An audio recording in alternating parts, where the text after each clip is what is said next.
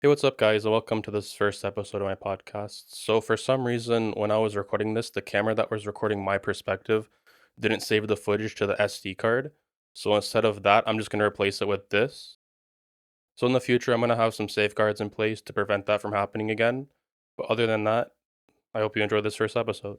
Okay, so basically, I was thinking about the concept of money, power, and influence, Okay. and how I think we as Christians should utilize that intentionally to forward the message of the gospel and also have some sort of influence over the community.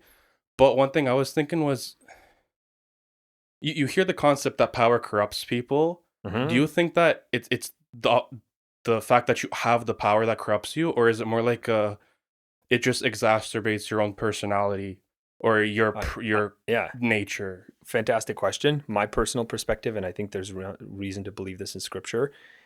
Power doesn't corrupt people. People are corrupted to start with. We are. And even if I am a saved believer, my soul has been redeemed, but my body has yet to be, and my flesh has yet to be, which means that the tendencies that my personality and my DNA are predisposed to, they don't go away after I've been saved, right? And so if I've been predisposed to like a specific vice, whether it's power, manipulating people, or you name it. And I hate giving examples for the sake of stirring curiosity. Hmm. Those vices are still there. The tendencies are still there, right? And I do believe that power corrupts people is an adage we've developed because we've seen the effects of a corrupt personality in a position of power, but it's Yeah, not power per se. yeah, I mean, everything comes from God, everything, including power. And power, by definition, is pristine and pure. yeah. It's Hundred just percent, I agree.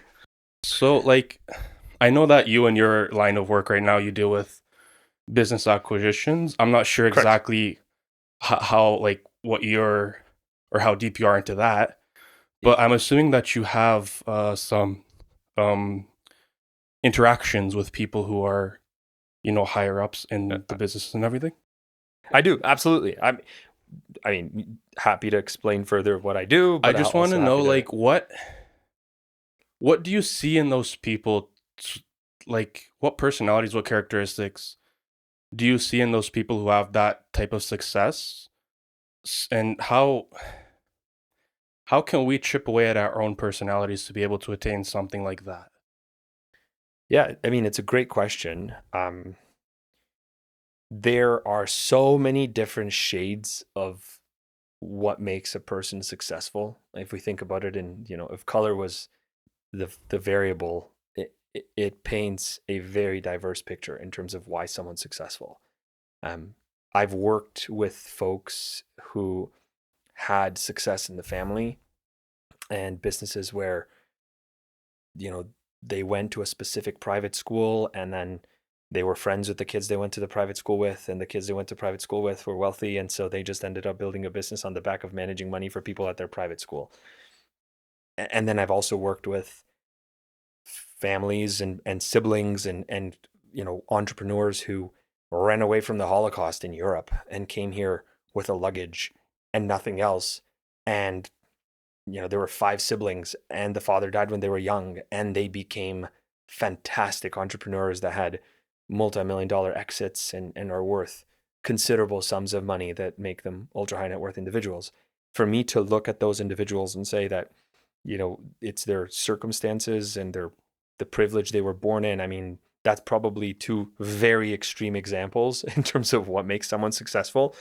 But I think the common thread is not necessarily a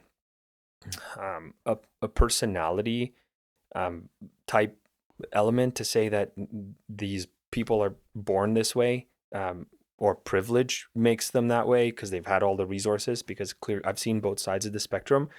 I think it comes down to um, one concept, which I do believe again is a scripture bound. I'm like or scripture founded. Its seed, its roots are in the Bible, and it's the concept of agency, right? And I know this might sound philosophically somewhat hard to grasp if you aren't into psychology, but when I say they have come to terms with the concept of agency, they've become aware how much control God has bestowed upon them. Now, not all of them will say God has bestowed it upon them because they may not all believe, but they've become aware that there's actually a ton that's within our control. But our brains, and specifically the society around us, is intentionally wiring us to lose sight of that by focusing on absolutely everything except what you can control. I think sin is at the core of that. We are corrupt beings that are born in a capacity where sin and our corrupt nature predisposes us to not become aware of it. And so in the cases of everyone, I think that the grace of God enables them, because grace alone is what is perfect, and enables us to kind of break away from that corrupt nature. Believer or non-believer, coming out in privilege or born in privilege or born out of privilege, being an introvert that is, not social and not keen to go out there and make speeches to raise money, or being the exact opposite and being the world's perfect salesperson. I've dealt with entrepreneurs who are really wealthy of all of these colors and shades and kind of personality types. But each one of them became aware of the fact that they have agency over their actions. They can choose to eliminate distractions and work really, really hard, right? They can choose to put barriers in their own lives and create difficulty in order to create growth. And that concept is not secular. That concept is biblical. I think Peter says it in the second epistle about the need to unite with our faith, loving kindness and good works and the brotherly love and so on. And pardon me for paraphrasing. But then why? Like, why does Peter say all that? So that, I think it's verse 9 in that same chapter, so that you will not be neither lazy nor unfruitful, right? So I think that's what it comes down to. And if you ask me, the antidote or the numbing factor that takes people away from being aware of the fact that they have agency is comfort. We live in a society where, including in the church, we are way too comfortable. We have it way too good. Yes, there are difficulties today, but the difficulties society has today are relative to yesterday. Relative to 1950s, 1920s, we live in the upper class of history, even in the middle class or lower class of today's society. And comfort has completely numbed the fact that we have agency, which takes away from people's burning desire to use that agency to reach a height that they're capable of.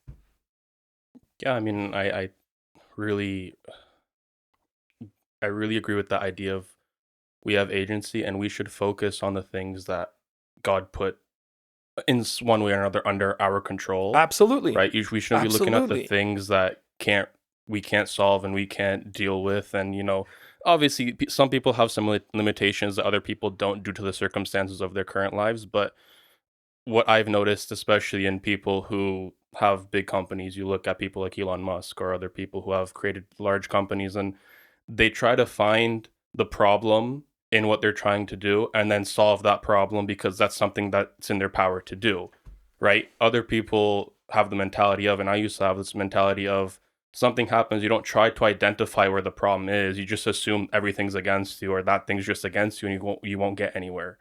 And that I think is a problematic mentality to have, especially when you're trying to do something not necessarily in the business industry, maybe even something for God, right? Or some ministry of that. Mm-hmm.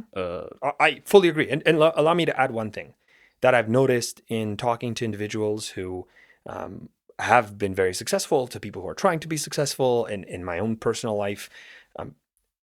We, in our own head, because we're not aware of agency, or another thing that stifles our agency over what we can control and focusing what can control, is preconceived notions of and assumptions we've created. Like we will assume that I can't copy and fill the success of, name your favorite successful person in your personal life or in the industry, in the world, and then make an assumption as to why I can't be like them. And then that assumption ends up creating a preconception, perception becomes reality, and you're now stuck in this environment. Whereas agency and realizing how much free will God's given us, like, you'll challenge all your assumptions and realize, like, actually, and this is one of the things that I've realized, and not to belittle the people who've been very successful that I've worked with, because I'm not clearly in the same echelon in terms of what they've realized. But spending a lot of time with them, you realize they are extremely common people. They're lay Yeah. folk. They're just like us in every respect, except they've realized their thoughts have changed to the degree where they've realized like they have agency over their thoughts, and they importantly know how to really dissipate assumptions. Like take assumptions out of your mind. Take the things that you've assumed to be true and actually challenge to see what is true, right? And again, this is biblical. Yeah, I remember we were having a conversation. I think it was at someone's wedding. I don't remember exactly. And I was talking about the idea of universal basic income. I think in one way or another, you can maybe come up with a system that maybe works, in a world with AI creates production and things like that. But you mentioned the idea of the problem of wealth and money and, the poor versus the rich is not necessarily what one has, but it's the mentality one has about the things that they have, Mhm. right? And I think that we should create a system which educates the people of the society to understand how to use money properly, because I think money in itself is a tool and Absolutely. is a very powerful tool in the hands of the person who's able to use it correctly, and we can teach people how to use it correctly. Absolutely. And even when it comes to the members of the church, I think money should be thought of as that and not necessarily as something that's inherently evil. As the Bible verse says, it says it's the love of money per se, right? The desire to acquire it constantly, and that being your only goal, that's the problem. It doesn't say that money in itself is inherently evil, Absolutely. right? Absolutely. I mean, we don't talk enough about it. The number one subject of Jesus' sermons was money. Now, in cases he used it as a literary device of a metaphor or what have you. But why did he do that? Because people can relate to money a lot. We deal with it in every respect today, much more so than back then when there's only a form of gold currency or specific coins that transacted. It was a much more basic monetary system. We don't talk about money enough. And I think there's a taboo that, oh, if you talk about money, it is looked upon as something that's very worldly. Actually, no. I mean, if you read the book of Proverbs, the teaching is ample on being wise with your money. And again, if you start from the perspective, from the axiom that the definition of perfect belongs to God, then the perfect management of money is an example of holiness. Like, because God administers wealth the best.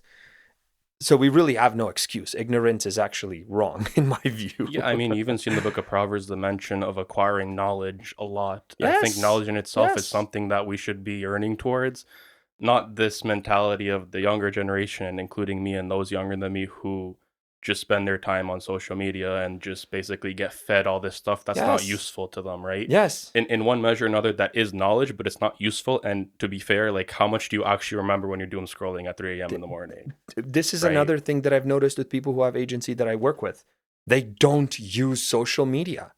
I mean, one of the most successful partners at Deloitte that I worked with before I transferred to my current division, back when I was in co-op. The gentleman only had two modes of communication: texting and email. He didn't even use LinkedIn. He had a LinkedIn profile, didn't use it, and didn't use anything else. And he is an absolute rock star in terms of how he performs. And that was true among the entrepreneurs I work with. It's not that they don't use social media, it's that whatever they've chosen to do, because of the agency and the control that they've become aware they have, and they should discipline themselves to use, they've actually chosen to only use it intentionally. So if they use social media, it's heavily like sales driven at work, for example. But this permeates into every area of life. And often we choose the path of ignorance towards money, towards health, towards relationships, towards politics. We choose the path of ignorance and dismissing that domain of knowledge as a way of hiding away from the fact that we actually should do that the right way. It's really hard to study and to have the right attitude towards something because it requires agency of your actions and discipline to do so. Um, but again, like the element of success from a biblical perspective is not only ecclesial in nature. We're not meant to just be great church going, church organizing people, right? Like I am firmly of the belief that the best politicians, strictly by where the definition of perfect comes from, ought to be Christians.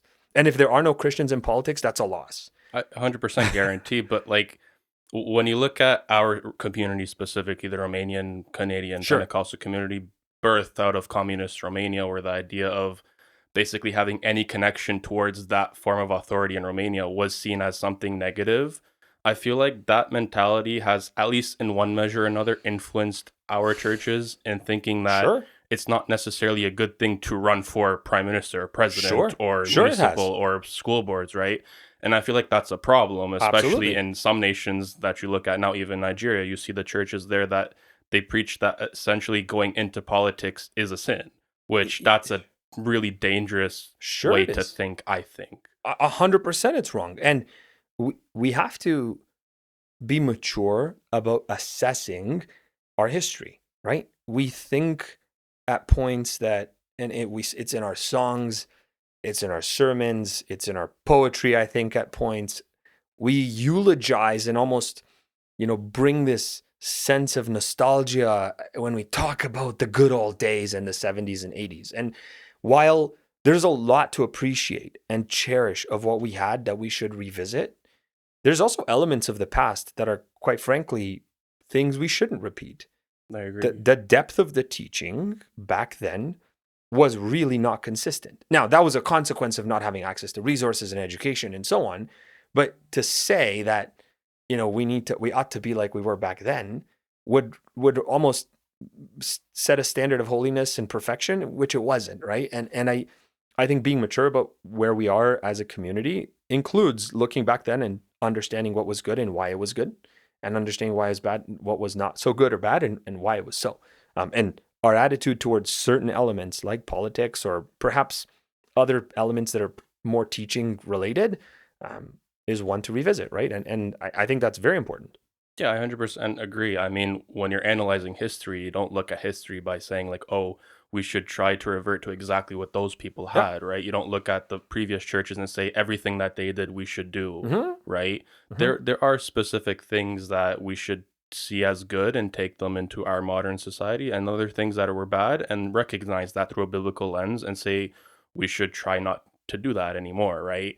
Looking back towards the Romanian Pentecostal church back in the 70s and 80s, yes, one may see like, oh, you hear the testimonies of God working in their lives maybe on a more supernatural level than we see nowadays, or at least consider with our own minds nowadays. Maybe we should try and look at that and see, okay, is there a reason why God decided to work that way? Is there something that maybe we're not doing that they did, that God looked towards them and said, I want to work in this specific way? Or maybe was it just because God decided to work like that? I don't know. It's kind of like No, but this is actually very important, right? Asking these types of questions is not something to be frowned upon. They're very, very important. And you do have to come down to fundamentally, how does God work? When we say work, answer to prayer, making a miracle, speaking through the gifts of the Holy Spirit, revelations in dreams, or what have you. Our way of interpreting or making it practical in terms of how God works, it's on a very simple basis. And the scripture tells us it's faith that makes it happen. Through faith, you'll have access to God, right? yeah, The challenge that we're facing nowadays is if you measure your faith by virtue of what you do, you got it all backwards. Faith is what you do is a consequence of the faith that you have, right? And when you think about the 70s and 80s, I mean, most, and I wouldn't say most, because Bibles were available, but Bible sales and transport was considered a crime. There were people who didn't have Bibles. There are plenty of people who couldn't read, right? Especially in the early part of the communist decade, right? Or the communist period in Romania. And what is the most important catalyst to faith? The Word of God.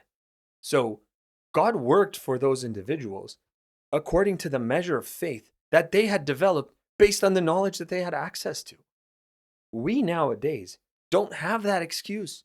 Literacy rates in our church, I think, are close to 100%. There should be, at least for people who are in our age and generation, right? The access we have to God inspired knowledge. I mean, sermons, podcasts, manuscripts, papers, brochures, blogs, you name it. Again, also ample and tons available to it. And then you put those two things together. Well, the expectation for how mature our faith ought to be is much higher. So what we do obviously has to be different from what happened back then. Yeah, But that's a consequence of the faith that we should have, which should be inspired from the access to knowledge and revelation that we ought to have. Because to whom much is given, much is expected of, right? 100% guarantee, but then you have those people, and I disagree with these people who say there's no reason to dive deep into doctrine. There's no reason to dive Wow. deep into teaching. And then my question to these people is, okay, well, on what basis do you decide to choose A over B or Right. B over A when you're making literally any decision in your life, right?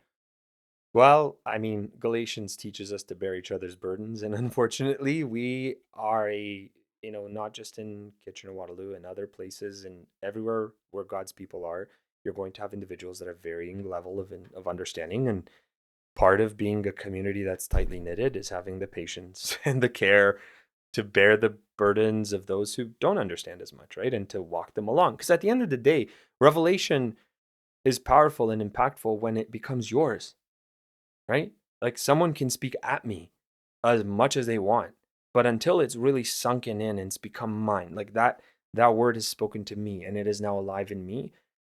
I can appreciate someone's good-hearted kindness, but I wouldn't be able to all of a sudden change and say, okay, fine, what you say is true.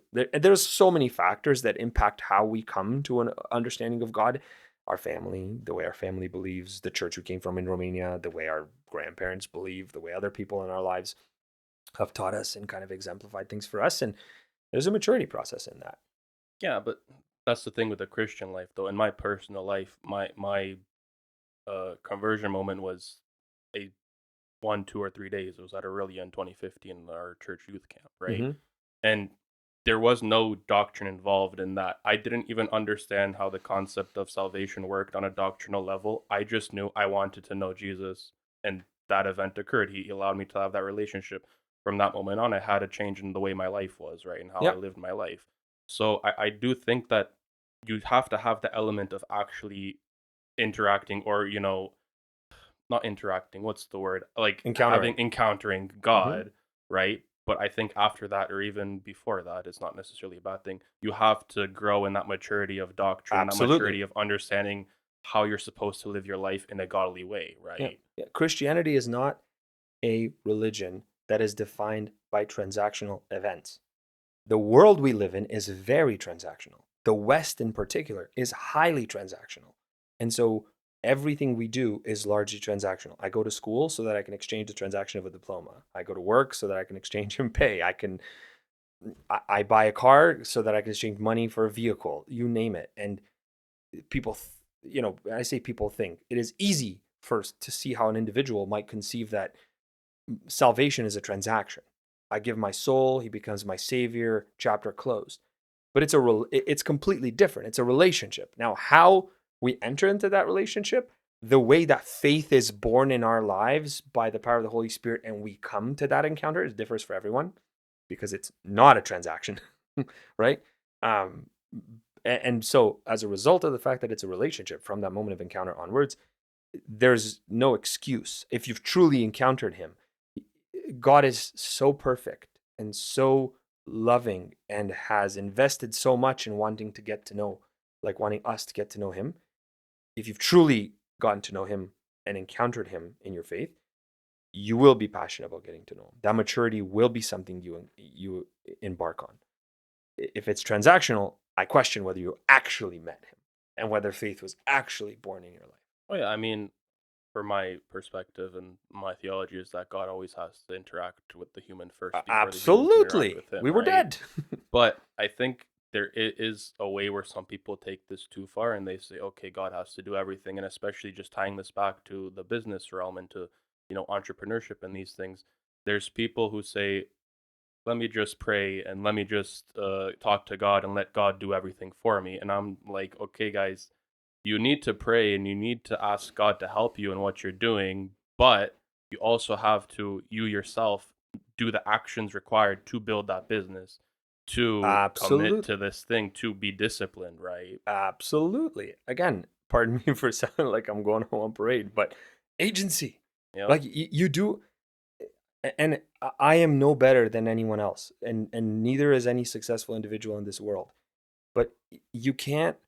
We have hyper spiritualized the relationship with God as a proxy for what we should be doing. Mhm. Oh, you would like to find a job. I am going to do the bare minimum to find that job and put the burden on God. So I'm going to pray, I'm going to go to seek counsel, I'm going to do this. As though the miracle of me finding a job is more a divine miracle than a human requirement. Why? Because it's actually really hard to get a good job. And Very and it true. takes a lot of judgment, and it takes a lot of prep, and it takes a lot of self-discipline to be the employee that businesses want to hire. Marriage is the same thing. Building a business is the same thing. I can build a business by virtue of saying, God, I want to become an influencer. And then I say, God, I need you to give me the idea for influencing the podcast platform. Help me run into the guests that I should interview. Help me find monetization sponsors. Like, let me go to the mall and have brands ask to interview on my podcast. Or, and as a result, you deflect the human responsibility and the agency over those decisions to a divine miracle, which is the cheating way out that never works and is the reason why I think a lot of, not just with entrepreneurship, with a lot of decisions in life, why I think Christians are disappointed and we get ourselves disappointed. Or you could say, actually, the divine revelation here, the scope of divine revelation is salvific in nature. Like the purpose of revelation in scripture is so that God might reveal his nature to us that we might be saved. The Bible is a book that has a lot of investment in entrepreneurial knowledge in it, but it is not primarily, it is not a book of entrepreneurship, right?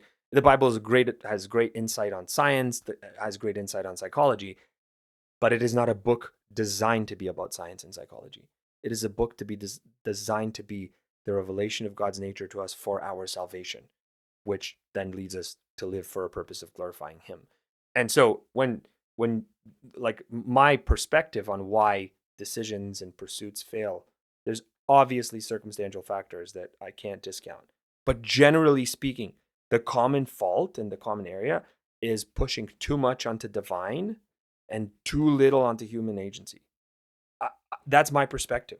I think once I've done everything I could to go back to the idea of building a media platform, once I've contacted, and let's not take media because we're sitting here talking to a podcast. Let's take Yeah. something else, right? Let's take you're building a robotics business. Once I've gone to school for mechanical engineering, and or mechatronics to be specific at Waterloo, or wherever, and I've done co-op terms in robotics because I've actually studied really hard and done all the extracurriculars on campus to be able to build myself into the ideal co-op student. And I've actually worked in robotics companies, and I've used my robotics company entrepreneurial co-op terms to meet investors. And I've used my third-year engineering project to design a robotics idea. And I've actually gone myself on the road to potential customers and talked to them about my idea and asked them what it would take for them to buy and get feedback. And I've done all of that. If after I've done all of that, I come to the Lord and say, Lord, I'm about to put my next phase of investment into this idea. I really need your guidance into it. I've done all that I could. At that point, it's fair to assume divine revelation plays a role. Why? Because you're asking for God to contribute to something you cannot see. You're asking for God's guidance, not necessarily contribution, but revelation and blessing over something that it is not in your control. You've done everything you possibly can. But if I'm sitting here and asking to cop out of school and not actually do all the hard work and say, Lord, I want to be a robotics entrepreneur. Give me the idea, give me the education, send people money my way. I'm just going to post on Kickstarter somewhere and just send $1 million my way. And then I'll be so successful and I'll give you all the money from my profits. Like, I mean, the contrast is pretty clear. I think we're too comfortable to do all the hard work. Oh yeah, for sure. I mean, like, I think the topic of faith is very, in my opinion, complex. When you're talking about faith for salvific purposes, faith in believing that God will do this in your life or that God will assist you. When I see someone say like, "Oh, let me just go pray and I believe God will work and He'll have to work," I say no. You come to God and you ask Him for assistance, and then your faith in God's assistance, I think, should be manifest in the fact that you go and put everything you have to provide the Yes. most excellent service. or a product for individuals, right? Yes. Yeah. I think if you don't put in the effort, I don't think you really believe God will help No. you, right? I think you're missing the whole point. You are using the faith as an excuse to not do anything. Yeah, Yeah, 100%. yeah. I think that's a very, very bold, like, fair statement, that the evidence of your faith is in the actions you choose to I mean, do I as a do like result of this that. whole thing of James, right? Yeah, Like yeah, yeah, James 1, yeah, 2, right? yeah. I agree. Anyways, I want to move on a bit to how intentional should Christians be in building businesses, building organizations specifically to promote the gospel in a variety of ways, not necessarily through preaching, right? I feel Sure. like there's multiple ways you can present the gospel to people without necessarily having to be a straight up evangelistic ministry. You know what I'm talking about? 100%. I 100% agree with that. Um, and I was, this kind of clicked for me. I mean, it's been something I've been passionate about for a long time, but it's clicked when I was reading First James 3. I think it's verse 18 and 19 that talks about be ready. Verse 19 talks about being ready to give an account for the faith that is in you, but with loving kindness and fear, Yeah, yeah. and something. And I'm paraphrasing the verse right now. Um, and I was reading that verse, and I was like, this verse sounds like defense. It doesn't sound like offense. Like, why be ready to talk about the gospel when people are coming at you? Shouldn't you be the one that actually goes and stirs conversations and offensively takes the gospel to others? And then you read the passage right before it. And what's interesting when you read the passage right before that in James is that it talks about the offense, which is the good deeds that you need to do as a Christian, the good that has to happen Never in thought about society. that. That and then I clicked and I'm like, wow, that is deep. Because, and here's the trick, because, and this is like never been more true than today when we have content overload. People are sick of hearing well-intended words. And I think you and I certainly am Yeah, I agree. sick of it. I need less noise in my life, not more. But what people crave is genuine personality, care, actions, interactions, relationships. They want to know that it's earnest. They want to know that they're not going to be duped in any way. In every interaction, whether it's going to the store or getting a service done or going for a job or having a, getting married or what have you, you want to know that there's trust and earnesty there. And so, as a believer, how do I best do that? And I love when we do public evangelism. There's a role for that. That plays a role in how we share the gospel, but it's not as though that's the only way. And in my mind, because of the necessities that we have in our lives to work, to shop, to do everything else, we actually can't do a lot of that. Just physically, it's impossible to be on the street at all times if you're going to provide for your family and do all the other things a Christian has to do, like be a well-intended citizen that contributes to city and votes and does all that. Public preaching and like intentional spreading of the gospel is not actually democratically available as a possibility for everyone. But what is being a genuine believer in the actions that you do, right? Such that the ultimate person that holds me accountable in every single action is Jesus. When I go to Deloitte on Monday, I mean, because I'm hopefully I'll be able to be off work for these next few days while Canada Day is taking place. My boss is not my partner. My boss is not the rest of the people that I work with. My boss is Jesus. And the one to whom I am accountable for how well I serve my clients and how well I treat the people are not those around me. With all due respect to everyone at work, I love them. But I love them because the master that I serve and the one who deserves the absolute best engagement delivery and investment banking services is Christ. When I go shopping, if I'm walking down the aisle and I'm careful with my cart and I pick stuff off the ground, or I'm courteous to the people that I'm working with, it's not because I want to impress someone at the store. It's not because I want to be favorably treated in the store. It's because the boss, the one that is supervising my shopping behavior in the store, is Christ. And I'm convinced that's our offense. and we don't do enough offense. We certainly don't treat it as offense. And offense as in the offense way of spreading the scripture. And because we don't do that enough, we don't have the opportunity to give an account for the faith. We just don't.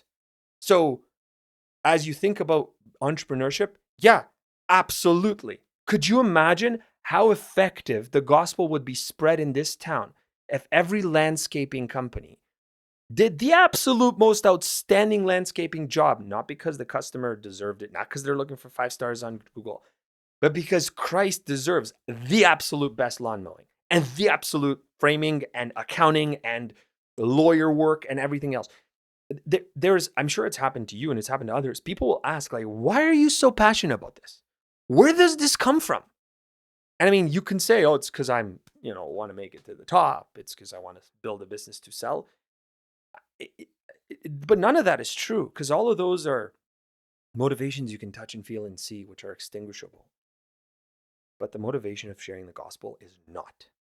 And so if you're perpetually on the offense in terms of that being the motivator for everything you do, you will share the gospel really well and actually be very successful at doing so. I mean, it's in every area. That's why Christians, let me rephrase, if there is an educational institution in society, the best such an institution should be a Christian one. Not because I believe, the Bible, teaching only the Bible is the way to go. No, actually, I think we should be well aware of the fact that knowledge is well-rounded in scripture and in education. Should be that way. But by virtue of the fact that our offense is excellence, we should have the best schools, hospitals, the best army soldiers, the best cops, the best firefighters, the best first responders, the best lawyers, the best politicians, the best entrepreneurs in every area, the best software engineers, the best frontier model developers, the best drone developers, you name it. That's my personal conviction. We suck at offense, and therefore we don't spread the gospel successfully. Yeah, I mean, I 100% agree with you. I think it's in Colossians where it says that everything you do should be done with excellency for Christ, right? To paraphrase that verse, Yes, right? yes. And I think what happens to us and in our culture specifically is we separate the notion of our professional and private life and then our spiritual life. And I feel like that's problematic.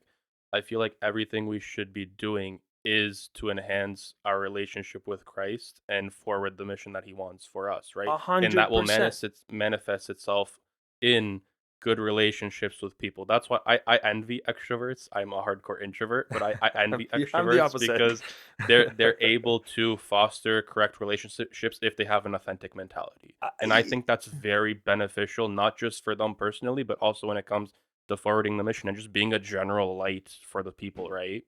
I think I appreciate the perspective. There's downsides to being an extrovert, and I can name them because I've seen that side of the world. But I think it goes a little deeper in some respects if you and I put ourselves in the shoes of the people who are receiving this offense. And offense is a strong word because it's not like we're attacking people. I'm just imagining like a football game and Sure. you got to bring the football towards the other side, right? Exactly. Like, Sports offense yeah, is the right way to think about it. If I'm the coworker in the office, or if I'm working for this entrepreneur, or if I'm the person who's asking the police to come over and help me with, I don't know, my car stuck over this curb and I need, or whatever, like something stuck in a tree and I got to get it down. How would I feel if the person who comes over is let's imagine the police example. The person who comes over is a spirit inspired, calm, kind individual, man or woman that loves the Lord. I mean, I can just imagine being in that scenario and having that kind of approach towards me. Or if I'm in the office and or at school, I'm at University X and I'm the student, and the professor in the classroom is a Bible believing, hungry to share the gospel through actions first and speech second, kind of offense defense mentality. Just knowing that those individuals are earnest and there's no hidden motivation behind why they're so kind, and they're not looking for something. They're just genuinely good because of the Christ who's made them that way. I can't tell a scenario where I wouldn't want to be around that individual. And I'm not that. I'm far from what I need to be. No one's perfect. But I noticed those things at work. People have asked me, and this happened a couple of years ago when one of the bosses I work with ask me, do you not have compassion fatigue? Like, do you not get tired of being nice? And it's at that point that I realize, like, wow, these things are surveyed by people around us far more often than we think. I mean, you do it, I do it. When we meet someone, we read their body language, we sense their presence, we sense their energy. And yeah, we take into account their words, right? And if we sense that they have a dual interest mindset and they're somewhat hypocritical, I mean, they can recite the book of Psalms from front to back. I'm really not interested, right? We sense that. We do it. How much more so do people who aren't believers do so? And I can't imagine a scenario where you would be that way and you generally would not be able to advance the gospel. Will you find opposition? Absolutely. Why? Because there's an enemy around. But I don't think the enemy around is the reason why we're not successful spreading the gospel. I think it has, unfortunately, and I speak for myself first, has far more to do with the fact that I'm not on the offense as much as I should be. I think it goes back to the idea of comfort that we were talking about before, and I fully agree with that. That's one of the things that, like, was front and center in my life. It's you're too comfortable doing this, and that, and it ends up leading, I think, to a form of laziness A where you don't want to do 100%. this A because hundred it's going to percent. disturb your comfort. And then I thought, well, I don't want to be that person where at the end of their life they had these things they wanted to do, but they never did it because A, it's not comfortable for them to do it, or B, it takes too much effort, or C, I don't know, maybe someone will think something about, what I wanted. And that's another thing. It's I stopped caring about what other people think in a certain sense. There's always that back end that you have to think like I have to act in a way where I'm a light. I have to act in a way that is wise, but you're not trying to please people necessarily. It goes back to agency. Yeah, 100%. When you are unaware, the reason why, I've had discussions around this, and I fully agree with you, by the way, but the reason why I think we care so much of what other people think about us is because we haven't come to terms with who we are. And picture a mindset. I'm I'm not a betting man, so I won't bet. But I'm convinced a majority of the population today in the West, especially in a world where everyone's so individualistic in nature, people live on the back of impressions others have of them, especially in the age of social media. And I would venture to say most individuals, outside of those who've come to terms with their identity in Christ, most individuals are afraid to be in a room and to have to look at themselves in the mirror for a long time because they don't like the person they see. They haven't come to terms with the fact that the way you are is actually, and not in a prideful sense, but the way you are is actually a magnificent work of art that God's put together. And that then causes you to be something, to want to be something else. And it is a carefully choreographed exercise to make sure that everything you do is in sync with the opinions of those around you. It's something I've observed through counseling and ministry and conversations with folks, and maybe I'm wrong, who knows? But I have yet to see this perspective confront me because, like, be confronted in reality, because something drastic happens when people become aware of who they really are in Christ. The autonomy, that, like, the agency that you have access to when you realize that actually people don't think about you as much as you think they do. That is true. 100% the case.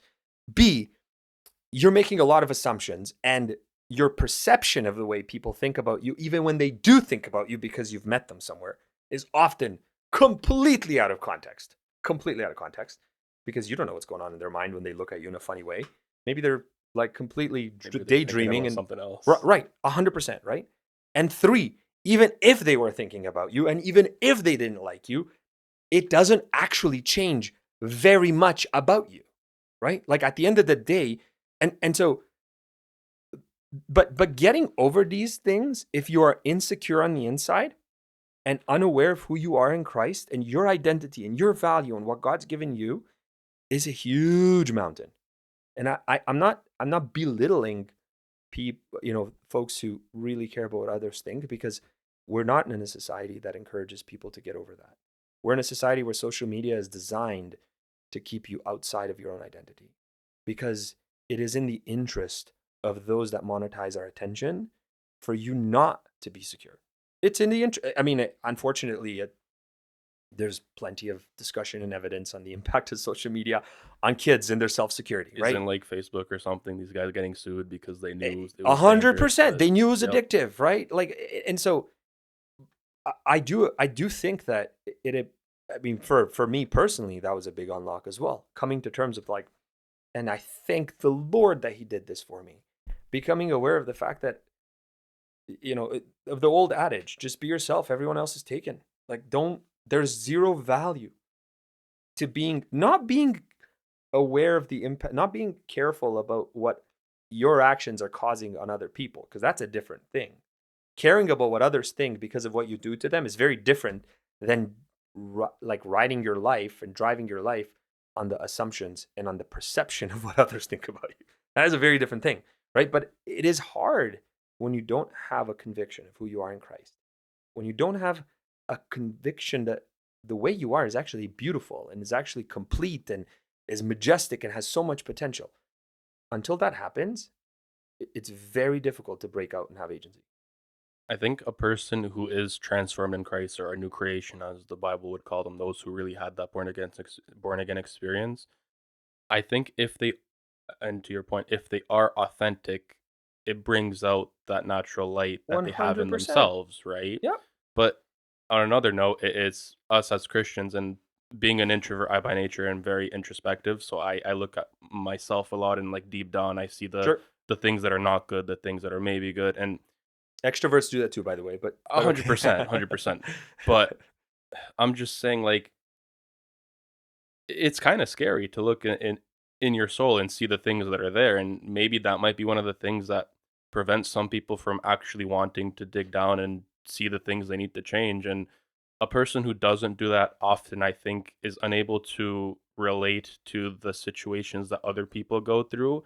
And I think that's where, in their mind, the judgments that they have towards people are just incorrect, because they don't understand that they themselves in that situation would react in more or less The same. the same, Yeah, right? I agree. And that's why we talk about salvation as being so critical to success in every area of life. Because until you're saved, yeah, you get introspection will lead you to getting stuck in a rut, Yeah. right? And I do agree that unless you've been saved and gone through that, it's very hard to appreciate. Like it's very hard to appreciate why can't homeless people just get off the streets? Free housing is available to them. Why can't these people just do that? Because for you to get convinced of the fact that you have the potential to do a certain thing because of your identity and what God's put in you, it's not a physical mountain. It's a huge internal mountain. And salvation changes that. Because I was saved, I've become convinced, not that I'm super person. No. I'm everything I do is strictly a factor of grace. And if I am anything, I've done everything and achieved anything, it's all because of the grace of God in my life.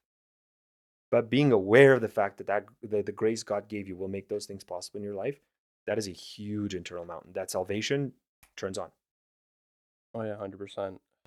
I want to talk a bit about the idea of social media. I mean, it's again, it's one of those things where it can be a super powerful tool. Like when I talk to people, I say like Paul the Apostle, if social media was in his day, would probably be the type of guy who would be using it to promote I his mean, mission, right? he Whether was whether you agree or a not, I mean, at least yeah. to some point, it's a very powerful tool to reach people, to influence them with a good message. The thing is a lot of the people that you see are influencers have a specific personality that I don't know if it's good or not, right? Which results in some of the content maybe not necessarily being the greatest for people. And I think it's, at least in one measure or another, good to have the mentality of putting forward a message to people just within that ecosystem of social media, for it to be there, because it might be useful to someone else. If we just allow things that are not useful, like, the TikTok dances or everything else that's being made nowadays, just to clutter up that space which we live in so often, that virtual space, I think it's a loss. We should be able to, and we should strive to, at least in one measure or another, try to push a message to counter that. Yeah. I don't know what you think about this, but I that's my yeah. perspective. Personally, I only use LinkedIn. and email and text messaging. I don't use any other social media form. I don't have Instagram. I don't have Facebook. I think my wife has an account, but on those, but we don't. I don't have Snapchat or TikTok or any of the other tools that exist and are up and coming. I don't use X, and that's just intentional. I do believe at the end of the day, it is a tool. You can use a hammer to hurt someone or beat a nail and build a structure. Like the way you use a hammer is up to you. I do think some tools are more dangerous than others, and you know, using nitroglycerin as a tool is a whole lot more sensitive to handle than using my butter knife. I choose not to use certain tools like those because I just don't think, as I think about what I'm building and the things I need to have control over in my life, those things are just a distraction. Yeah, even YouTube, I try and stay away from. Not because I don't think it can be used positively. I do. But if I think about the actions that have most impact in my life every day, I really do. I mean, I pray for God to help me to do this more, to constrain where my eyeballs go. Again, not because certain those things are bad, but it comes down to what tools are you using to accomplish what. Each one of these tools, with a certain reason, can be used positively. Absolutely. I like. There's nothing to say that it can't. It's just to classify a specific use of the tool as the holy grail and to demonize like the tool itself, or to demonize the tool itself broadly, is like saying, knives are bad. Like, yeah, of course they're bad to do crimes, but we do a whole lot of good things with that specific tool. Yeah, I was a couple years back. I was in that boat where I had nothing, and I purposely decided not to use any social media whatsoever. And I agree, there are some tools that are more dangerous than others. Social media is very difficult to conquer because it's made in such a way that it wants to keep you addicted to it and your eyeballs on it, Mm-hmm. not necessarily to gain anything useful, but just to watch the ads eventually. That's Yeah, the you're end goal, generating revenue. right? You're generating I revenue. feel like me personally, what I'm trying to do is somewhat build a system that prevents that fall into doom scrolling while also using it to the maximum positive potential. If that makes Yeah, sense. it does. And it's conducive to what you're building. You're Yeah, looking to build a 100%. media side, entrepreneurial venture. Yeah, I would hope you're thinking about it in that I way, mean, yeah. right? It's not conducive to what I'm building. Very few of my clients are active. And if they become more active and I need to build an Insta following, then I will cross that bridge when I get there. Yeah, Right now, LinkedIn is a very active form. X is very active in my world. I've not found X to be easy to conquer, and I don't have the attention span at the like the ventures I'm involved in from a non-profit perspective, raising kids at home, ministry, and work. I just don't have enough time to curate X in a way that would be beneficial. I just don't have that.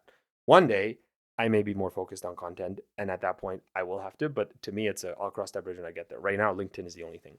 I think that's a very respectable position, and I think that's actually the correct one. The people that have built great things are people who chose a specific domain and focused all their attention on that. Mhm. And I think us as a this is why the Christian community being together is important. You have one person who desires to do this and is capable of doing, uh, element A, and then you have these other people who focus on element B. And the idea is not necessarily that they have to work together all the time, but if we build up all these different aspects within our community, when let's say someone's dealing with the financial side of their business life, or someone's dealing with Sure. ministry, just ministry when it comes to dealing with the church, other people are focused on content creation and this and that. I think that if we try to intertwine these, not necessarily on an operational level, but on I don't know what the level would be, but basically just try to grow all these different aspects of our community to be able to be a well-rounded people in our societies and to forward the message of Christ, I think what right? you're If you yeah. it's kind of difficult to No, articulate I what I'm think trying what to you're say. getting at, I think what you're getting at is to build an ecosystem Yeah, I think that's the perfect word.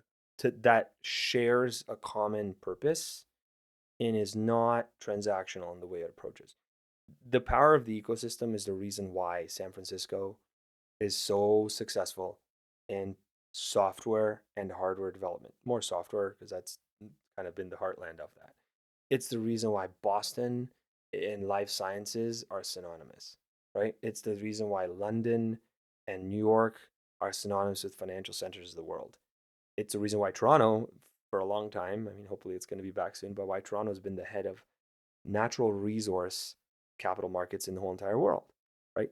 The ecosystem that exists there that is one that's characterized by people who share the common purpose of advancing that, right? And they will go at great lengths to create sharing of knowledge, mentorship programs, to be each other's customers, each other's vendors, to create educational institutions, to lean in and create the support frameworks of the community so that that thing that the ecosystem has accomplished compounds and compounds and compounds. And again, the best ecosystem mindset and creation belongs or should belong to the people whom retain the closest access to who is perfect, which is God.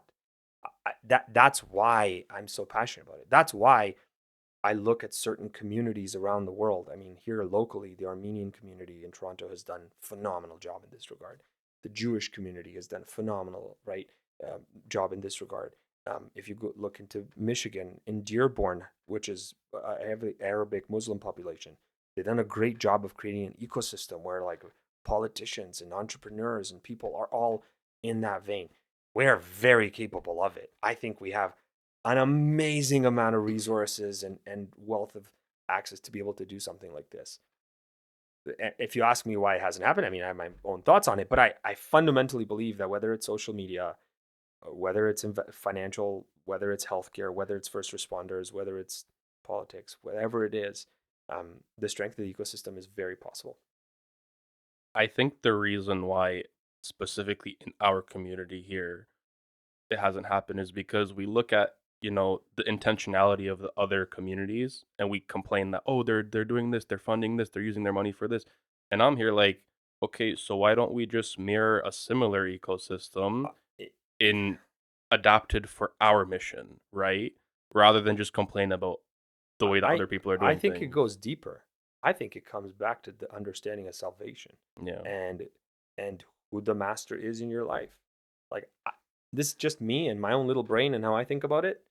I cannot conceive a world where you are a born again believer who loves the Lord so much that you want to honor him with excellence in every area of your life. I cannot conceive how that's not possible. Like, how can I excuse myself from being meh about the quality of my work every day and still honor Christ in doing so? Like, those two things to me don't add up. They don't.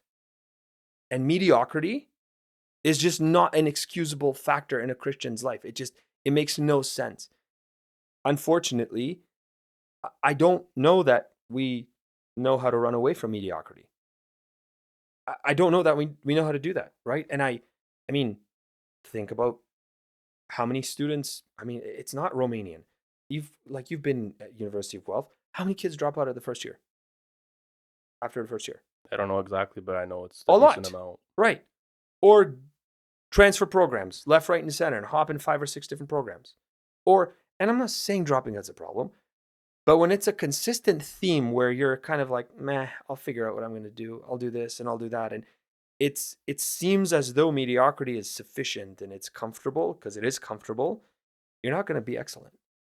Don't you think that mediocrity is maybe an effect of like not knowing exactly what you want to do or what your calling is? Because for me Absolutely. personally, there's things in this life that when I really enjoy doing them, when I really want to do them, I do them with all my heart because I take pride in my work, if you want to You say it should. that way, right? Absolutely. But when it's something that I just I don't know that I don't see it's my thing or it's something that I just don't see Enjoy. there's Yeah. any end result for that for me. I just kind of leave it on the wayside or I just do it, haphazardly. And Sure. that is problematic. But then the question is, how do you find out exactly what you're supposed to do or what, is your, we would say, calling in life, right? Very good question. Very good question. I do think it is a factor, and unfortunately, I think these questions often hit too late, right? And it becomes we're not. I don't know that we encourage discovery that successfully. I think we celebrate a different kind of success that's measured through what kind of ride you have and where you go on vacation and you fill in the blank things that we can touch and feel and see. As a society, we certainly do that, right? Romanian or not. And as a result, we don't encourage the right kind of success. We don't put enough emphasis on really finding your spot. Um, Personally, my perspective in doing that, I think it has to start with salvation. I think until you, why? Because salvation is what gives you your conviction of self-worth, right? And the fact that you are here for a reason. You do have a purpose. You need to first understand that you have a purpose to go looking for it, right? If you're not really convinced God designed you here with a purpose, you'll never be satisfied of what you find ever, right? Because you're like always have a question of, well, what if there's something else? Do I really have a purpose? And is there a meaning, or is this right? And so my perspective is it always has to start there. And if you're asking me why, I do believe we're in an age where salvation is not as commonly experienced despite having baptisms and despite having spiritual experiences that are easy to perhaps fake or be part of, that don't really come from a truly changed heart. It has become, in some respects, in Romanian communities, not just in Romanian communities, in immigrant communities that have come here and have kind of integrated into the West over the ages, it's become a rite of passage to get baptized in order to get married, right? Or to do this in order to do that. And I don't know that everyone has truly gone through a salvific experience where salvation has truly, like, it's hit me like a wave and I got completely washed new. Personally, that was what happened in my life. It was the inflection point of everything. But I think it starts there. From there, we do need, my personal view is you do need to spend the time, like certainly for me, to actually find out, what do you like genuinely, what do you like? Try a bunch of everything. Try education, try trades, try work, try media, try. We don't encourage trying as much as perhaps we ought to. I think in Romania there's different ways. People discount school like crazy and say go do trades because whatever, or people will say go do school but only do it for doctor, engineer, whatever, or lawyer, because that's right. And the idea is not really, neither is right. We should be encouraging folks to try, and try without the fear that one is better or worse than the other. Because we have shunned going into the army, or going into first responders and being a cop, or starting, getting involved in politics. We've shunned some of these things. And so because we shun them, people don't have the freedom to try and find out what they're really good at. But I think trying is an important thing. And at a young age, when you're in high school and you have the chance to co-op terms, try. Try as many things as possible. When you find something you enjoy doing, in my mind, and this is anecdotal, not a manual or a book that I've written, but it's a reflection that I've seen worked in my life, and it worked in the lives of others I've worked, and folks that I work with and conversations that I have there. The next thing that has to happen if you've tried enough is, what you like aligned with an income making potential? Like, does it actually have a productivity assigned to it? I might like to fish, and I do. But I'm not convinced that I would have the ability to make an income living potential in fishing in a way that aligns with other objectives in my life. I'm not willing to move far away. I'm not willing to work on a deep sea trawler. I'm not willing to go and do that. I'm just not. Why? Because I want to be close to my parents and family and so on. Okay. So then find out what else I really enjoy. And does that have an income making potential? And if it does, well, then talk to someone, have a conversation, map out the landscape. Because of that, I don't know that people are encouraged to truly have free agency over trying. And because they don't try, they then don't really have the courage to venture out and do, which then means you end up doing something because someone else has done it, because it's been successful for someone else, and you miss the boat on actually harnessing what God gave you or what God gave me, right? And at an individual level. Yeah, one of the verses that really hit me hard when I was reading the Bible, specifically Ecclesiastes, is I forget exactly what chapter. I think it was 10 or 11, where it basically just says like, just sow a bunch Cast of your lots. seeds Yeah. because you Yeah. never know 11. which one's gonna Yeah. grow, 7. Yeah. right? And when I Yeah. read that, I'm like, okay, I think it's very important to try different things. Yes. And Diversify. exactly, Yeah. right? Yeah. And when it comes to, that's something I always think about too, is yeah, there's a lot of things that we like, but the income making potential is not there. Maybe you can design a system where it can become, Yeah. income making, but that's a bit more difficult. And I think it goes back to the idea of, again, trying to, fit in with everybody, or trying to make everybody think about you what you think they should think about you, and trying to make sure you in their minds are someone that they like. It We have to basically be people who are willing to step outside of the box and maybe try things that are a bit more unconventional, innovative when it comes to the business world specifically, right? And that's also something that's difficult to do and takes a lot of effort. And that's, again, one thing that's very difficult is we really don't like doing things that are difficult. Me personally, I don't You like read doing my it, but mind. sometimes you just got to do it. You read my mind. The issue, this is where social media comes into play. The issue is everyone in today's age is out for quick wins. Every entrepreneur I've worked with, every single one of them that was successful in selling their business and did really well, it came on the back of really hard work, really big risks, a lot of stress. And in often cases, this is the thing that I've noticed. Most of the entrepreneurs that I work with, when they sell their business, they're not 32-year-old millionaires. They're not. Older. Some are. Most of them are in their 50s or late 40s. Most of them have had a career elsewhere, as a lawyer for a while, as a doctor, as a nurse, as a baker, as a line worker in the factory, as what have you.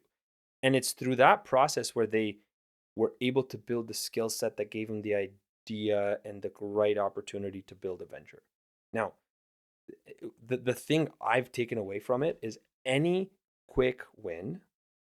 I mean, there is absolutely quick wins that are miraculous in nature. Okay, I'm not going to shy away from recognizing that. But those are like purple squirrels. You'll never see them again. There'll never be something that is easy to repeat.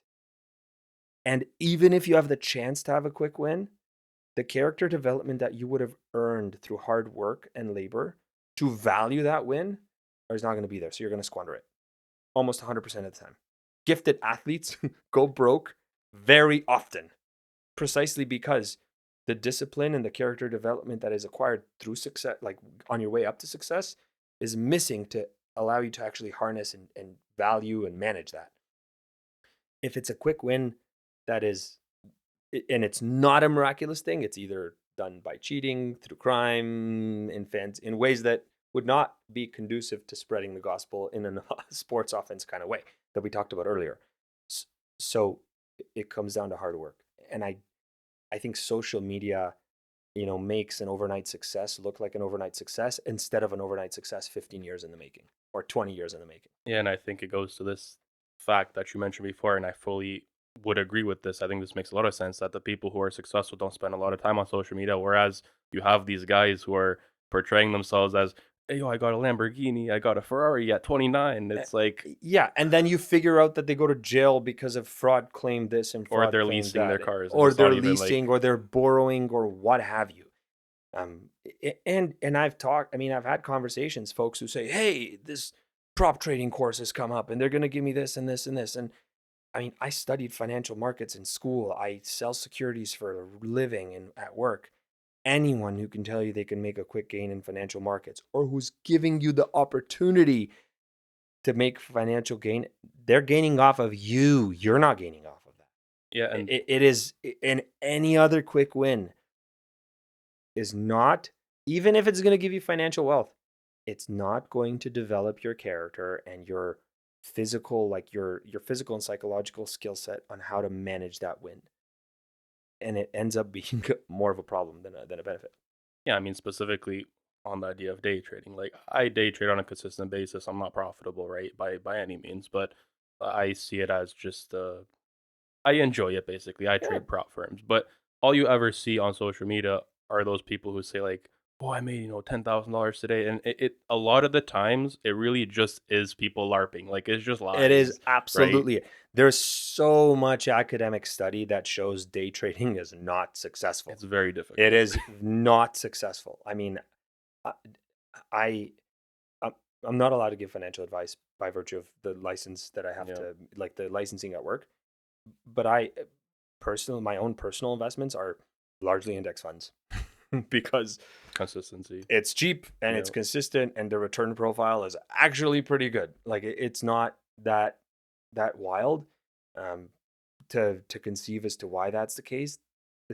Again, the challenge is the society is very transactional, and hard work is not. I mean, hard work is encouraged in certain angles, like among the entrepreneurship community and in certain, but social media will highlight quick wins.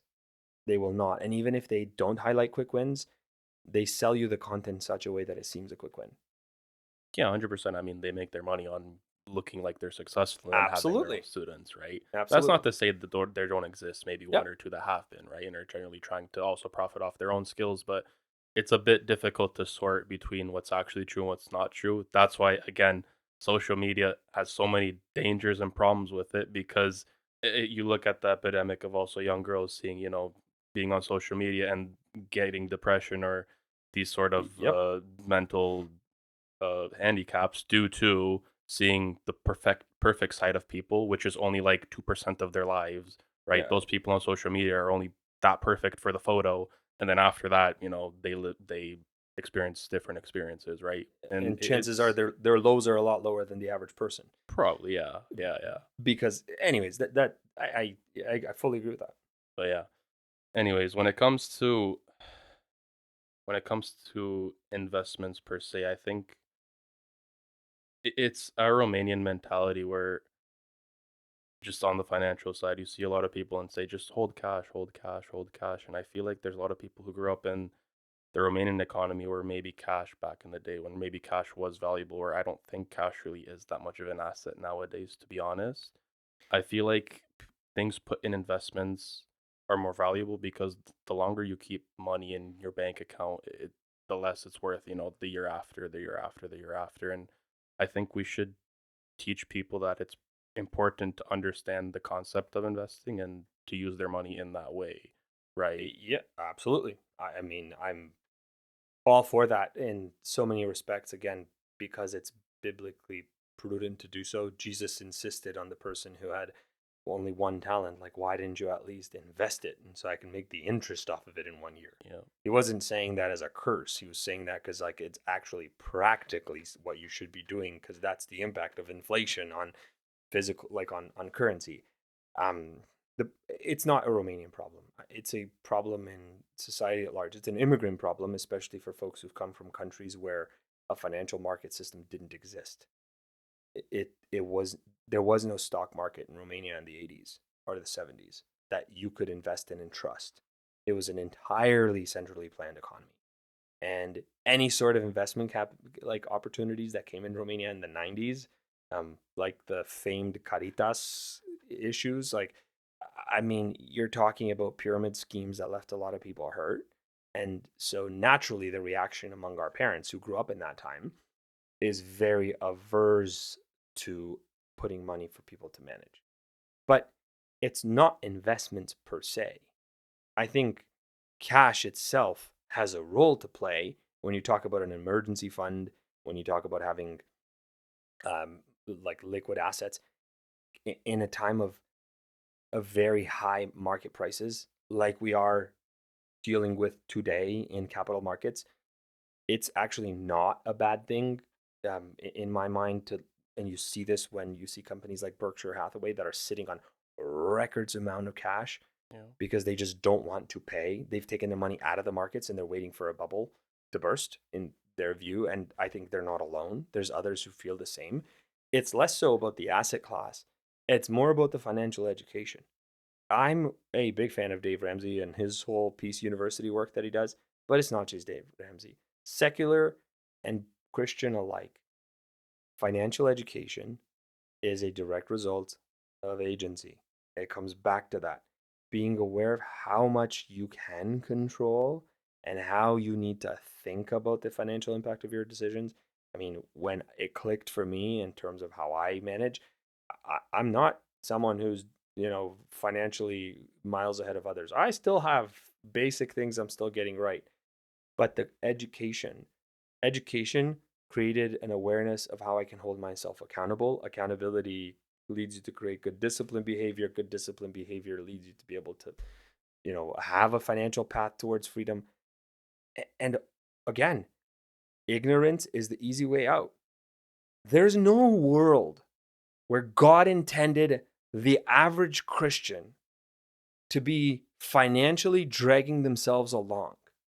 That just, how would you explain then the way that Christians built the biggest mission organizations worldwide and had the most successful hospitals and founded most of the universities in Canada and the US, like in the ones that existed pre 20, 1900, 1950s, like even the one locally here, Wolf Laurier University, started as a Lutheran school, Yeah. right? Yeah, It still has and it still has a Lutheran yeah. seminary in it. How would you explain that? That wasn't possible because Christians shied away from money and stayed poor all their lives. That was possible because the believers who were in those positions had administered their finances well and could do well. If we started and understood, and I say myself first, if I start and implement in my life the financial discipline that would create financial freedom, the impact of that is directly aligned with how holy I want to be. Because the ability I have to do good deeds and go on the offense is a function of my financial power and financial resources. Not power, but financial resources, because you're not necessarily powerful if you have financial freedom. But it's a function of that. And my refusal to be financially prudent and dole money out on purses and watches and vacations and so on at the expense of a financially responsible lifestyle, I like, first of all, I think that's an affront to the spiritual maturity that you should have. I frankly think it takes Jesus's words and stomps on them, because Jesus precisely said, like, be careful so that the comfort of this life, Luke, I think chapter 22, like, doesn't take your heart away from the vigilance you ought to have. I do believe that Christians who are waiting for the day of the Lord are Christians who are financially prudent, trying to be as wealthy as they can for the purposes of using all that wealth in advancing the kingdom and not allowing themselves to be attached to it, not loving it, not using it as an end to itself, but yet another tool. Yet another tool that needs to be handled sensitively in the right purpose. Are there people who are financially challenged? Yes. Will there always be people on the poor side? Yes, Jesus said that. But that doesn't mean that a believer, by virtue of being a believer, must stay financially irresponsible or financially challenged as an average rule. There is a possibility, especially in today's society where we live, and I recognize times are tough, but over the long haul, there's a possibility to be financially responsible, no matter who we are. Thing is, when it comes to finances, I think on a personal level, understanding how basic inflow outflow of your own personal spending and income is not that difficult to understand. I think that because our system in general is very complex when you're dealing with businesses and taxes and this and that, people look at finances and maybe say, "Oh, it's too difficult to learn, whatever." Right? And then it's because of this lack of knowledge that they end up not recognizing the fact that maybe if they looked at their numbers a bit more, they would be able to see, "Oh, this spending here is not necessary. This spending here is not necessary." That's why respect Dave Ramsey's role in that aspect. Again, when it comes to like dealing with taxes and the tax code, I personally like that stuff, so like I understand it quite a bit. But you don't need to know all the complexities of how the financial system works to be able to Yeah. gain the knowledge to be responsible with your finances and be able to acquire that cash needed to maybe do the things you want to do and the things that God put on your heart. Because I think money, and again, this is what you said at the beginning, money is a very important aspect of a person's life, right? Absolutely. Whether you like it or not. Absolutely. The lack of money can end up causing a lot of problems in your life because of the way that our societies are built. And when it comes to the society of Canada and the free market aspect that Canada and the USA work in, I think it's almost impossible for a person to put effort to put uh think about a path and gain the education and apply for these jobs for a person to not get to a point in their life where they are at least financially in the green, right? Yeah. For the most part. And I think that's the important qualifier. I mean, there are there are individuals who, and it's Why? We will know 100% when we get to heaven, but until then, we won't be able to answer. Who end up in a car crash or in a situation that wasn't in their control and insurance doesn't cover and they're in the hole, or they get sued and it's not their fault. Or, and you can go on and on and on. And I think that's where, in those cases, that's where the role of the community is so important, to be able to offer those people a support system. We shouldn't wait on the social safety net of the government. We should be able to care for people who aren't. But otherwise, I 100% agree with you that, generally speaking, outside of the last 2 or 3 years that have had record inflation and crazy things, like Tim, if folks in this community invested $1,000 a year in the S&P 500 from December, or a month in the S&P 500 from January of 99 or January of 2000 to today, the safety net they would have access to outside of their mortgage, it would be well into the six figures, like well into the six figures, if not seven figures, depending on the asset mix and the investment criteria. Like it's inconceivable.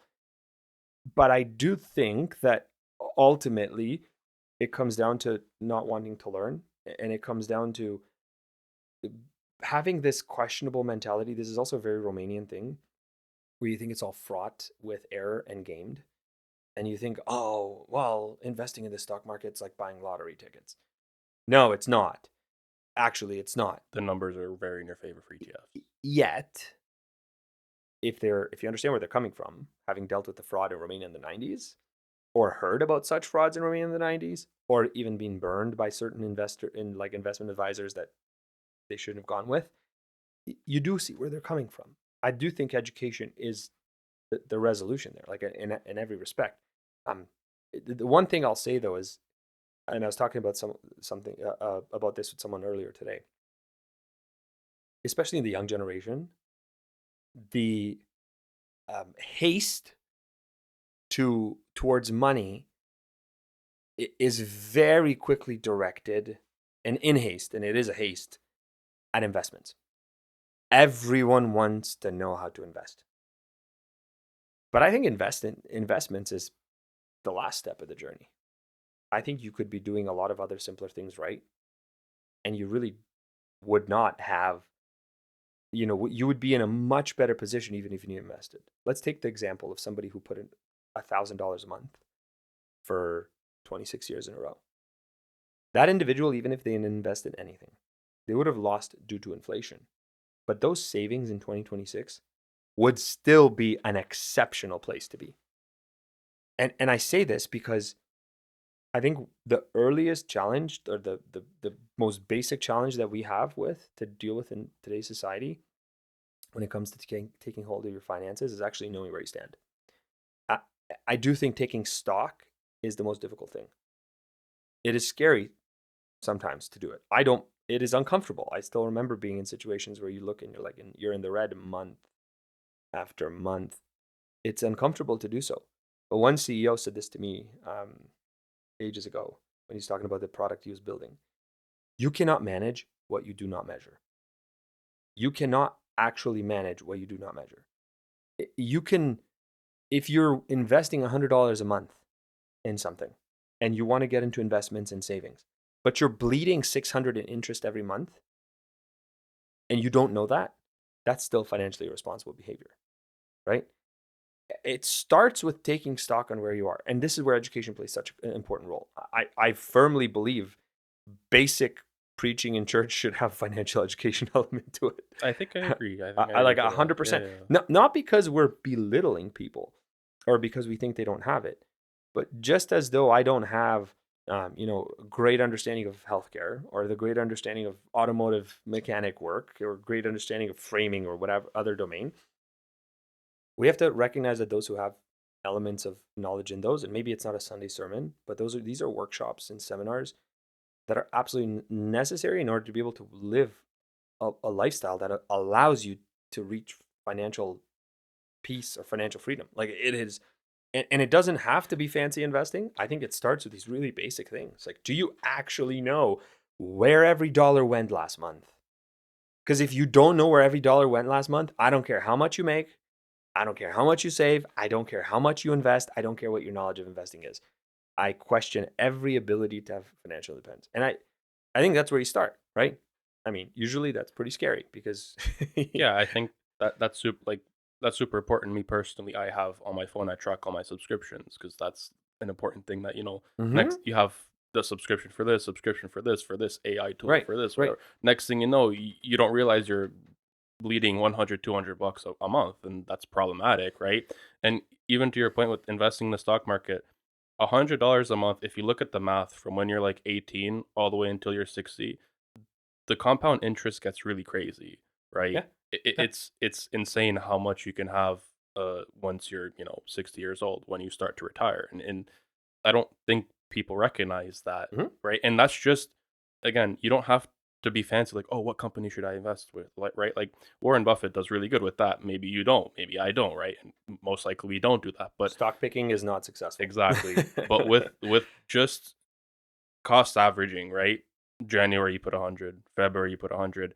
That's a very tried and true way of Yes. getting a decent amount for your retirement later on in your life. And we should be not teaching this, but letting Yeah, no, people we should be understand this teaching is it. the We thing. should be teaching it. Yeah. Like I've been blessed with, and this is, I attribute this to God's providence and His grace over me because I'm not special. I've been blessed to have deeper knowledge in this domain than others, and I cannot see a world where you can manage your money successfully if you are not put in a position where you need to learn this. Like it is not. We all need to learn how to drive, and we make it compulsory to be on the road. This kind of education should be compulsory to be able to open a bank account. You should not be able to get a credit card unless you write a test and do this. It is like I otherwise I don't see how you can possibly, without this knowledge, I don't see how you could possibly be successful at managing your finances. And I don't mean to belittle people, but being on the side of knowing all that I know and seeing this, you can so easily be duped or misled, or even if you're careful, even if you don't make any financial errors and you don't spend like crazy and don't live beyond your means, at the very least you will miss out on potential if you don't have education.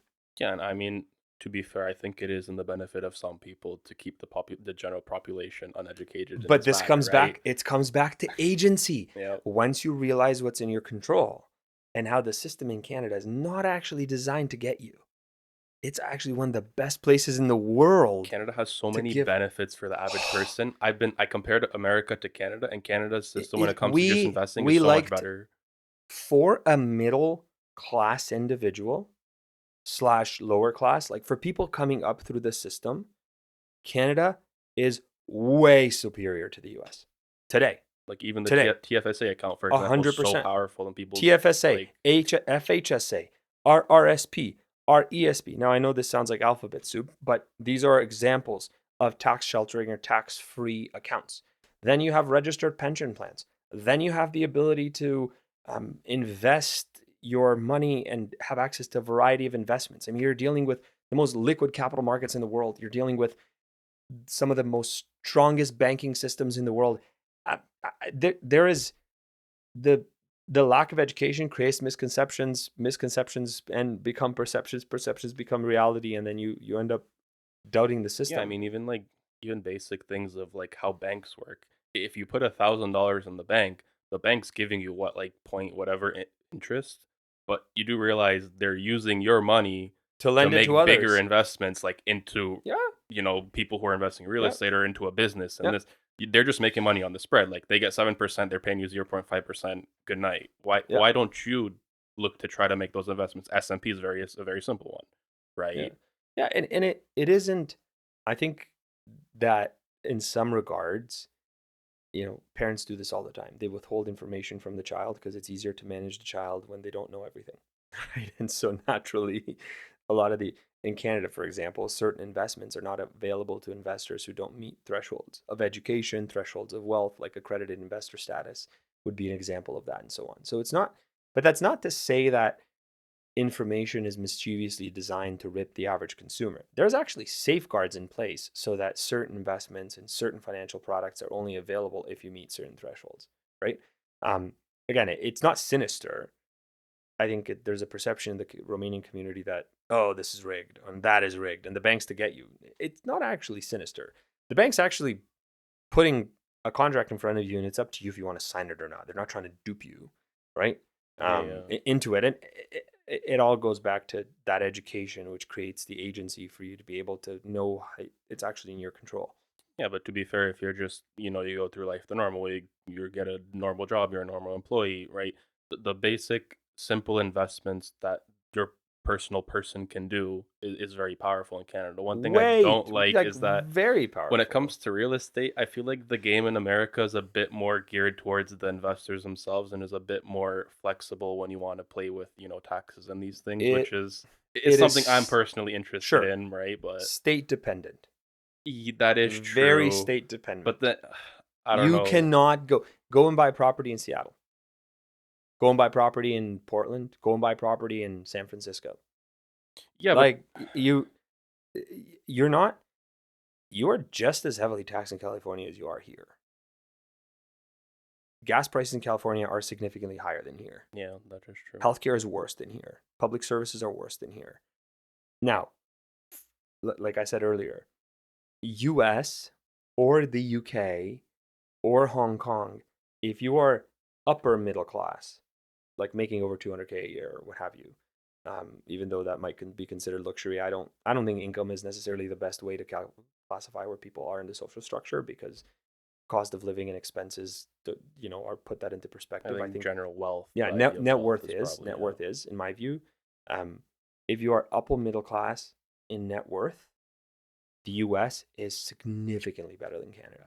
It just is. the There's a game lot, is much easier. strictly for one reason, because you can use your wealth to control your life a lot more carefully. If you're upper middle class in Canada, you can't get private healthcare in the way you can in the US. If you're upper middle class in Canada, you can't get access to private flights in the same consistency that you can in the US. Why? Because we're a bigger country with less people and much more expensive aviation, right? And there's so many more private education for kids, private healthcare, as I already noted, concierge services of other kinds, gated community, like the list goes on and on and on. Um, but if you're not on that spectrum, you're middle class, you're lower, like you're coming up through the system, you don't have you don't have a chance in the U.S. If put it from my perspective, I came here. My parents were not wealthy when they came here. I did not have a chance to go and have a parent funded education at a top tier university. If I was in the US, the chance for me to be able to succeed at a, Ivy League school were dismal, if not zero, because there was no possibility. I mean, $45,000 in tuition alone, besides any lodging, you would be drowning in debt till you're 60.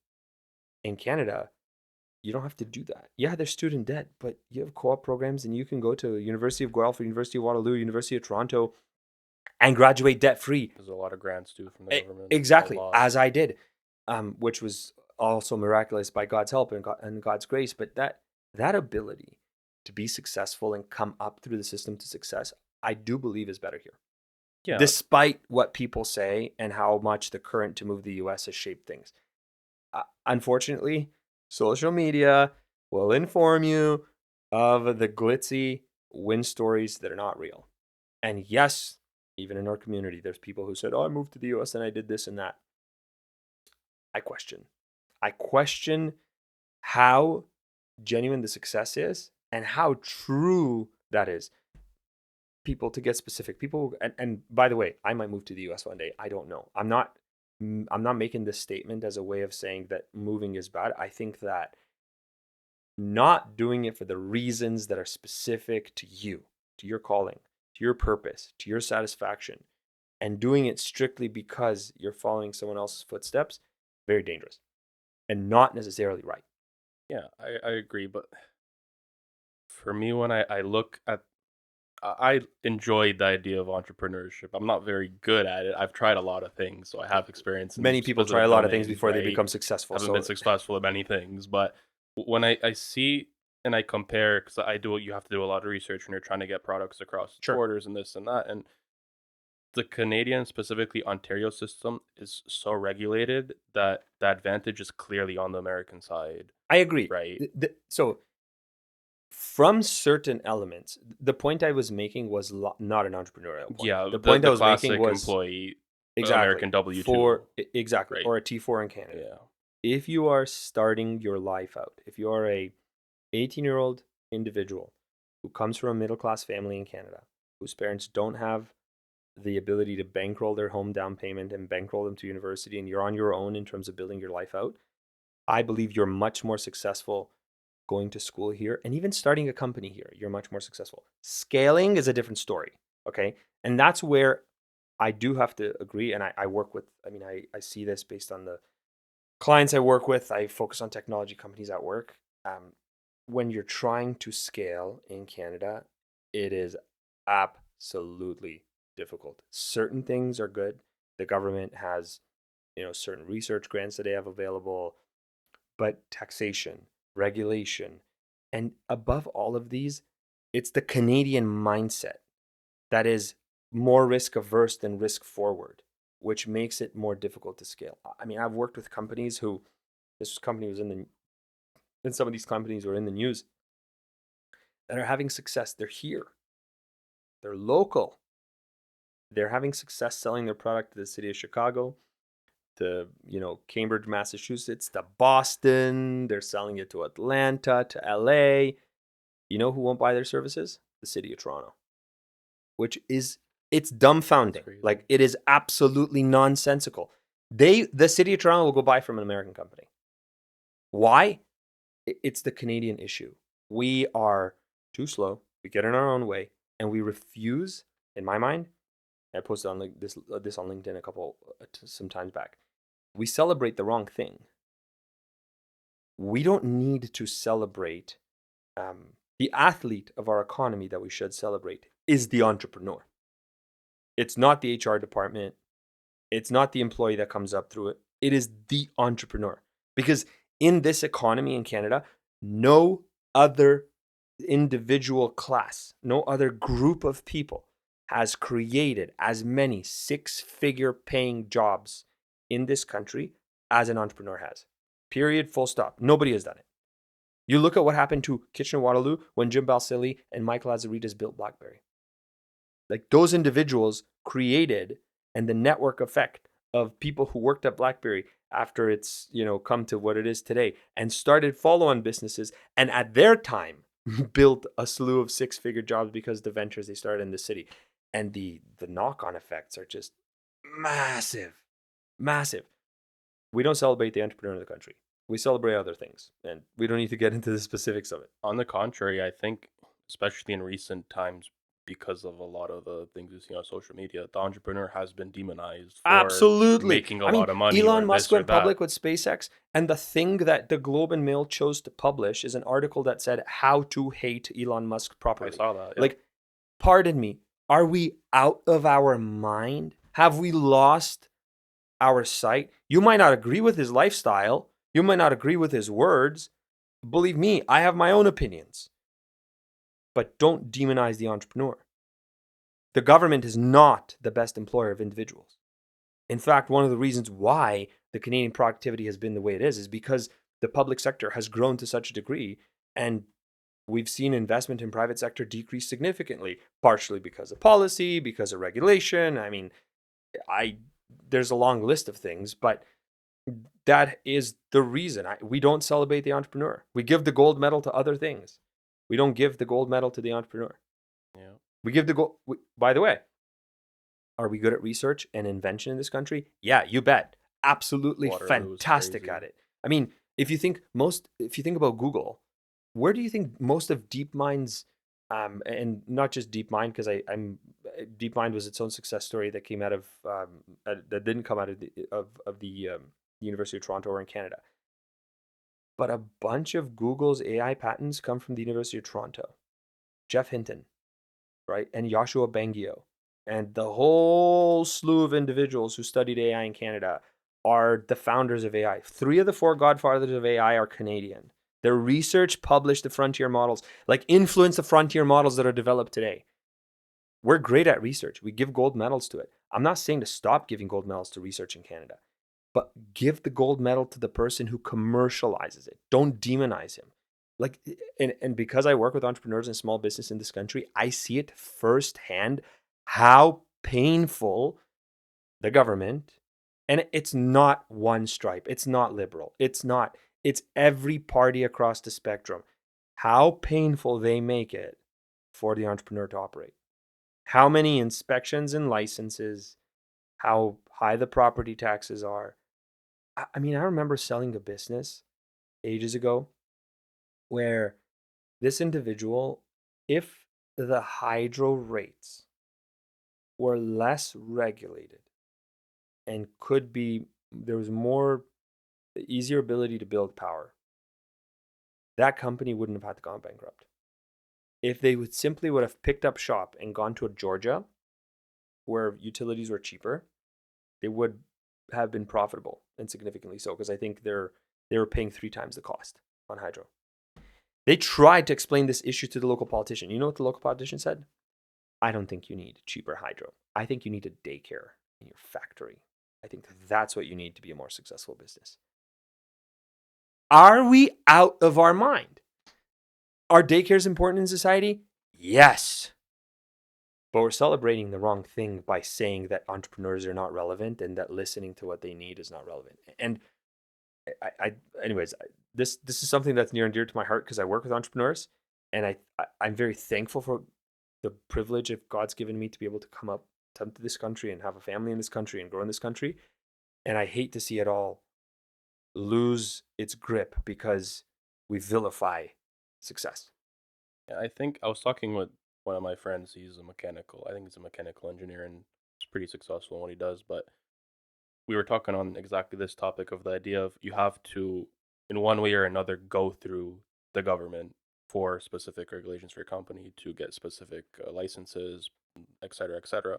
And I think that's fallacious in the sense that the person who approves some whatever you need to get approved sometimes does not have access to the correct knowledge to be able to make the correct informed decision, Mm-hmm. right? Mm-hmm. And it's not just that, it's a lot of unnecessary rules and regulations that actually hinder rather than accelerate production. For example, I was talking with one of my friends. This is in America, not Canada per se.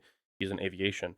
And there's a specific rule in their rule book where they have to do, I forget exactly what it was. They had to do something in a specific way. When the guy who deals with regulations came to inspect and everything, they weren't doing it according to the book. And that inspector said, okay, you guys have to use this specific tool. They tried to use it. It was literally impossible to complete the task using that tool that the manual forced them to use, right? So I think there's also an aspect of the people who are designing the systems, giving the approvals, creating the rules and regulations. We have to ensure that they do have the specialized Yeah. knowledge to be able to create a system that actually works rather than one that just hinders. I'm look, I think regulation has a role. And part of the 100%. reason why the Canadian big banks were not, if you think about 2007, 2008, why we came out strong and none of our banks failed was because our regulatory oversight from OSFI in Ontario are so successful. Regulation has a role. And I'm not a Greenpeace champion to say that, environmental religion is the one you should adopt. But I do think we should be good stewards of the environment. I agree. And I think that like being okay with selling jeans at the retail store when it takes hundreds, if not thousands of liters of water to make a pair of jeans, and being okay with that and then vilifying people who clean forests to prevent forest fires. I mean, there's a lot of hypocrisy baked in that. I think we should be good stewards of the environment. I'm 100% for that. And part of the reason why Canada has drinkable water in its public system and why Canada is because the regulation has been good. The challenge we have is regulation is is a patchwork that's been built over the ages as opposed to a rethought in every single new evolution of the economy. For example, I'll give you 2 examples. The Income Tax Act in Canada was introduced in 1917 as a way of a temporary measure of raising funds for the war effort. Logical thing back then. Today, it has become such a patchwork of different exceptions and things, and it works. Like, thank God we have a tax system where people have to pay their taxes, and they pay their taxes, and we have a functioning economy. Grateful for that. Should we be rethinking how we tax income and capital in Canada, given the fact that we are no longer the economy we were in 1917 and 20, 1930s or 40s or 50s or 60s? I do think we should be rethinking that. Should we be rethinking it because there's no longer a globalistic approach to the world economy? Yeah, we should be thinking that. There's so many other questions. I'll give you another example. The primary privacy regulation that governs the Canadian Privacy Code, PIPEDA, Privacy Information, and I don't know what PIPEDA stands for, but it's PIPEDA in Canada. PIPEDA was developed in the 1950s or 60s. And that's still what we use to regulate privacy for information today. I mean, I wasn't around back then, but I ventured to say that our information access and the privacy domain we have to deal with today is a tad bit different than it was in the 1950s, right? And this isn't to say that companies are necessarily, misrepresenting our law, like our data, and using it, because I think the free market economy does mean our data privacy is actually handled a lot better than regulation would necessarily enforce. But I do think that the way the privacy regulation plays, the role it plays in today's economy, is not reflective of where it should be playing. Like, it is not up with the times. And so I don't know how often, but there is something to be said about reinventing the whole system or rethinking the regulation for the age in which we're dealing with, rather than simply patchworking it over the ages. Yeah, I mean, that's kind of and PIPEDA, I don't know the exact year. To be clear, I don't want to misquote it, but it's been a while since it's been refreshed. Oh, but that's the thing. I think we have to develop a system where we're not just constantly appending to the regulation and also fully revamping some of the regulation. Otherwise, you get too overregulated. I think that's kind of what Elon Musk tried to do with Doge, and I think it was a good effort. I'm not exactly sure exactly how they tried to do it, and I'm not aware of the specifics, but I think something like that is necessary. Yeah, I mean, otherwise, the patchwork of regulation creates room for fraud. Yeah. And it creates room for misinterpretations and things which were possible because the regulation was patchy and vague in places and hyper specific in others. And again, I don't, I've thought about this when I look at the decisions that have been done in Canada over the last 10 years. There were two schools of thought. Either the people in power are complete buffoons and are so incapable, illiterate, and unable to make a good decision that they messed up so frequently. Or their school of thought genuinely believes that making those decisions is the right thing. And I think it's the latter for sure. These are individuals who believe that increasing immigration like crazy is good for the country because it increases temporary economic output. And it did. That was their belief. Their belief was wrong. But that's not because they were fools. And I think a lot of people dismiss, oh, they're like bad. And no, they're not incapable. These are very accomplished individuals, but they come from a political school of thought where the values inform such decisions, right? And I do believe that fundamentally, this is a big topic in entrepreneurship. In Canada, it's our mindset that needs to shift. Mindset and regulation. Mindset. Like, why can Dubai build a 240-kilometer pipeline in like a matter of a year or two? And in Canada, building a pipeline will take you a decade. Why? Like, and the answer is because we make it so. Right? And that's a mindset question that has to be revisited at the public policy level, at the way we encourage, and in our community. I mean, to make it specific to us, in the way we encourage people to come up, and how we define success, and how we encourage people to try things, and how we encourage people to do it, right? Because there is no one size fits all. Yeah, I think fostering that type of community with that kind of mentality is super important to society in general. 100%. And there's a lot of elements that we already have. But the elements we already have are a lot more defensive and protective than they are offensive, like on the offense and risk forward. Yeah. I think we're going to end it there, Oni. I appreciate your time. My And pleasure, I man. really enjoyed the conversation. Totally. God bless you. Yeah. God bless you too.